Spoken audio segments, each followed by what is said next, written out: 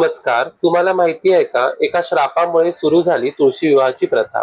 आज आपण यामागची पौराणिक कथा जाणून घेऊया. कार्तिक महिन्याची प्रबोधिनी एकादशी ते कार्तिक पौर्णिमा म्हणजेच त्रिपुरी पौर्णिमा या दिवसांमध्ये घरोघरी तुळशीची लग्ने लावली जातात. हिंदू धर्मात तुळशी लग्नानंतर विवाह मुहूर्त सुरू होतात. तुळस ही पूर्वजन्मात वृंदा या नावाने ओळखली जायची. मथुरेच्या कालनेमी या दैत्य राजास मुलगी झाली. त्याने तिचे नाव वृंदा असे ठेवले. तर ही वृंदा लहानपणापासूनच भगवान श्री विष्णूंची भक्त होती. वृंदा जसजशी मोठी झाली तसा तिचा विवाह जलंधर नावाच्या राक्षसाशी करून देण्यात आला. आता हा जलंधर कसा जन्माला आला हे आपण जाणून घेऊया.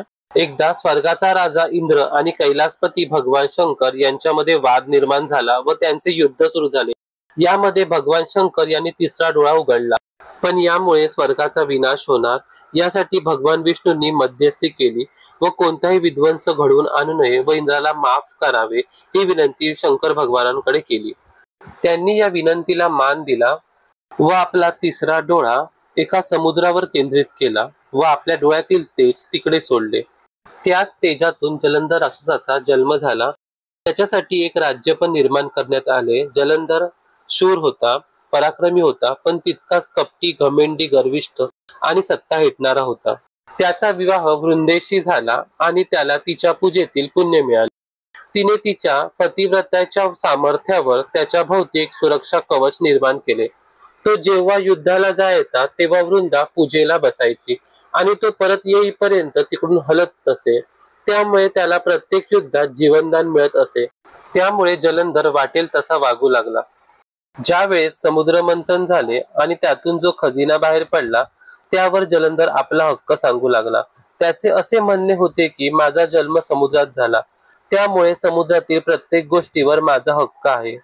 यावर देवतांनी त्याची मागणी धुडकावून लावली. यामुळे जलंधर देवतांशी युद्ध करू लागला. त्याच्या पराक्रमामुळे आणि वृंदेच्या तपश्चर्येमुळे त्याने देवांना सळो की पळो करण्यास सुरुवात केली. जलंधर प्रत्येक ठिकाणी विजय प्राप्त करू लागला. यामुळे सर्व देवांनी भगवान विष्णूकडे धाव घेतली, पण भगवान विष्णू एका वचनामध्ये अडकले होते. माता लक्ष्मीची उत्पत्ती ही समुद्रातून झाली होती. त्या नात्याने जलंधर हा माता लक्ष्मीचा भाऊ लागत होता व माता लक्ष्मीने भगवान विष्णूंकडून जलंधरला न मारण्याचे वचन घेतले होते. देवांनी नारद मुनींकडे यावर उपाय काढण्यास सांगितला. त्याप्रमाणे नारद मुनी जलंधरकडे गेले. त्यांनी आधी त्याची भरपूर स्तुती केली, त्याच्या राज्याची स्तुती केली, पण तरी देखील तुझ्याकडे एक गोष्ट नाही, ती म्हणजे कैलास पर्वत.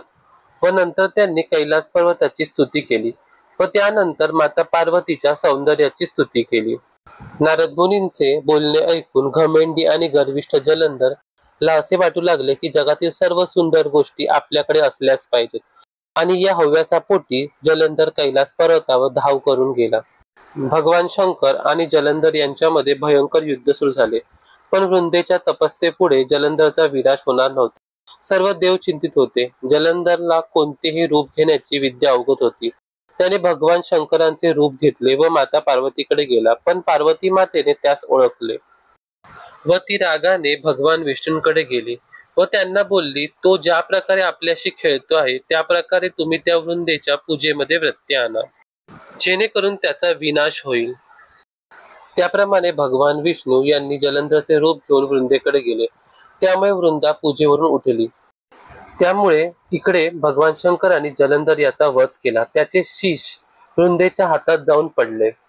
वृंदेला कळून चुकले की आपल्या समोर जो उभा आहे तो आपला पती नाही. तिने त्यांना मूळ स्वरूपात येण्यास सांगितले. ते भगवान विष्णू आहे हे कळताच तिला क्रोध आला व तिने त्यांना श्राप दिला की तुमची भक्ती करून तुम्ही मला हे फळ दिले. तुमचे हृदय हे दगडाचे आहे, तुम्ही दगड व्हाल. तोच दगड म्हणजे शालिग्राम. बघता बघता तोच शालिग्राम मोठा होऊ लागला. त्याने संपूर्ण जग व्यापून घेतले. देव चिंतित पडले. त्यांनी वृंदेस श्राप परत घेण्याची विनंती केली. शेवटी जगाच्या कल्याणासाठी वृंदेने आपला शाप परत घेतला. शेवटी जलंधरचे शीश मांडीवर ठेवून वृंदेने अग्नीमध्ये प्रवेश घेतला. त्यात जळलेल्या राखेमध्ये एक रोप जन्मले. त्याचे नाव विष्णूंनी तुळस असे ठेवले. त्यानंतर त्यांनी तुळशीला वरदान दिले की तुळशी बरोबर शालिग्राम असेलच. प्रत्येक घराबाहेर तुळशीचे रोप पूजले जाईल. विष्णूला जे काही अर्पण केले जाईल त्यावर तुळशीपत्र असेलच. ही घटना कार्तिक महिन्यात घडली म्हणून या महिन्यात तुलसी विवाह केला जातो. तिला सर्व सौभाग्य अलंकार दिले जातात व शालिग्राम सोबत तिचे लग्न लावले जाते. अशी आहे ही तुलसी विवाहाची पौराणिक कथा. व्हिडिओ आवडल्यास लाईक करा, शेअर करा आणि आमच्या चॅनलला सबस्क्राईब करा. धन्यवाद.